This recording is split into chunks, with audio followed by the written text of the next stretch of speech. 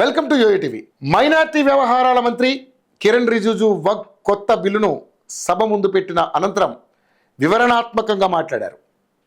ఈ బిల్లు తెచ్చిన కారణం తప్పుడు ప్రచారాల్ని అడ్డుకోవడమే అని తెలిపారు.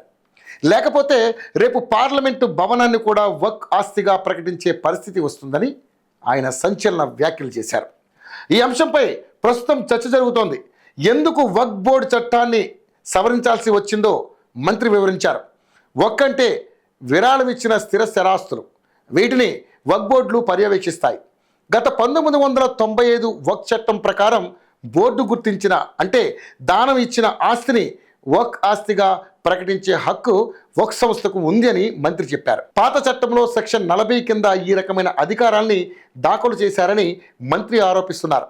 ఈ ప్రొవిజన్ కింద దేశంలో ఏ ఆస్తినైనా వక్ ఆస్తిగా ప్రకటించే హక్కు వక్ చట్టంలో చేర్చింది.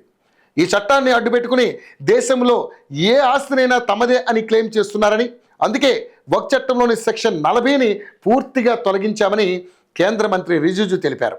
ఇంతకీ పాత వక్ చట్టంలో 40వ సెక్షన్లో ఏముందో పాయింట్స్ వైజ్గా మనం తెలుసుకుందాం.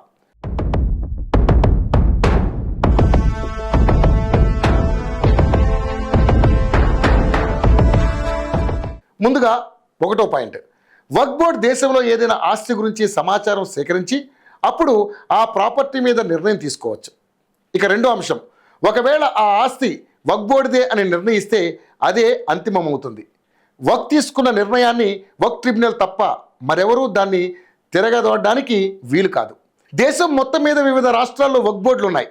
ఇక 3వ అంశం, ఇండియన్ ట్రస్ట్ యాక్ట్ లేదా ఇండియన్ సొసైటీ యాక్ట్ కింద రిజిస్టర్ అయిన ట్రస్ట్ లేదా సొసైటీకి చెందిన ఏదైనా ఆస్తుల్ని వక్ ఆస్తిగా వక్ బోర్డు భావిస్తే ఆ ఆస్తిని వక్ ఆస్తిగా రిజిస్టర్ చేయాలని నోటీస్ ఇచ్చే హక్కు వక్ బోర్డుకు ఉంటుంది. అదేవిధంగా 4వ అంశం, ఇలా నోటీస్ ఇచ్చిన తర్వాత వక్ బోర్డు ఎటువంటి ప్రాపర్టీకి సంబంధించి ఏ నిర్ణయం తీసుకున్నా అది ఫైనల్ అవుతుంది. వక్ ట్రిబ్యునల్ మాత్రమే ఈ నిర్ణయాన్ని రద్దు చేయగలదు. దీన్ని బట్టి పాత వక్ చట్టంలో సెక్షన్ 40 ఏం చెబుతుంది అంటే, ఏ రాష్ట్రంలో ఏ వక్ బోర్డు అయినా ఫలానా ఆస్తి తమదని నిర్ణయిస్తే ఆ ప్రాపర్టీ వక్ బోర్డుకు చెందుతుంది. ఆ నిర్ణయాన్ని వక్ ట్రిబ్యునల్ ఆమోదిస్తే చాలు, ఆ ఆస్తిపై పూర్తి హక్కులు వక్ బోర్డు చెందుతాయి. దీనిపై ఇక హైకోర్టుకు కూడా వెళ్ళడానికి వీలు కాకుండా ఈ చట్టంలో ఈ సెక్షన్ 40 చాలా బలహీనంగా ఉందని కేంద్ర మంత్రి రిజిజు ఆరోపించారు. ఈ సెక్షన్ ముస్లిం ఆస్తులకు సంబంధించింది మాత్రమే అన్న వివరణ కూడా ఎక్కడ ఈ చట్టంలో వివరించలేదు. అంటే ఎవరైనా ముస్లిం మతస్థుడు కొన్ని ఆస్తులను విరాళంగా ఇచ్చి ఉన్నారని ఆధారాలు ఉన్నప్పుడే ఇలా క్లెయిమ్ చేయాలని ఎక్కడా పాత చట్టంలో పొందపరచలేదు. అంటే ఏ ఆస్తినైనా కూడా క్లెయిమ్ చేసే హక్కు వక్ బోర్డుకు ఉంది అని అర్థం. ఈ సెక్షన్ కిందే పార్లమెంటు కూడా మాదే అని వక్ బోర్డు క్లెయిమ్ చేసిందని మంత్రి రిజిజు ఆరోపించారు. ఢిల్లీలో హుమాయూన్ సమాధి దగ్గర నుండి కుతుబ్ మినార్లో ఆస్తుల వరకు చాలా వాటిని ఢిల్లీ వక్ బోర్డు క్లెయిమ్ చేసింది. ఢిల్లీలో ప్రభుత్వానికి చెందిన 200కి పైగా ఆస్తుల్ని వక్ అప్పగించారని తెలుస్తోంది. ఈ మధ్య తమిళనాడులో జరిగిన ఒక ఘటన ద్వారా ఈ సెక్షన్ గురించి చాలా మందికి తెలిసింది.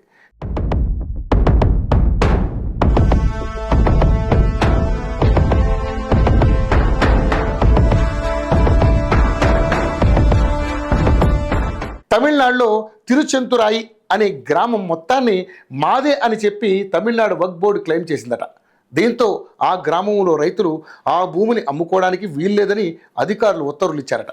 సబ్ రిజిస్ట్రార్ అధికారులు మీరు అమ్ముకోవాలంటే తమిళనాడు వక్ బోర్డు వాళ్ళ దగ్గర ఎన్ఓసి తీసుకురావాలని చెప్పారట. ఇది పెద్ద గొడవగా మారడంతో అమ్మకాల మీద బ్యాన్ ఆర్డర్లని ఆ తర్వాత ప్రభుత్వం తాత్కాలికంగా నిలిపేసింది.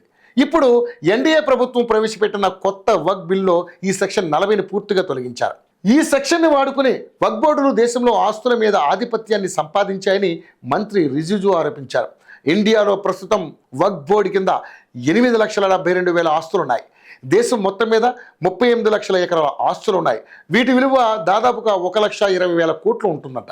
కేంద్ర మంత్రి ఇచ్చిన లెక్కల ప్రకారం ఆంధ్రప్రదేశ్ రాష్ట్రంలో 78,229 ఎకరాలు వక్ ఆధీనంలో ఉన్నాయని, అదేవిధంగా తెలంగాణలో కూడా 1,43,000 ఎకరాలు వక్ పర్యవేక్షణలో ఉన్నాయని చెప్పారు.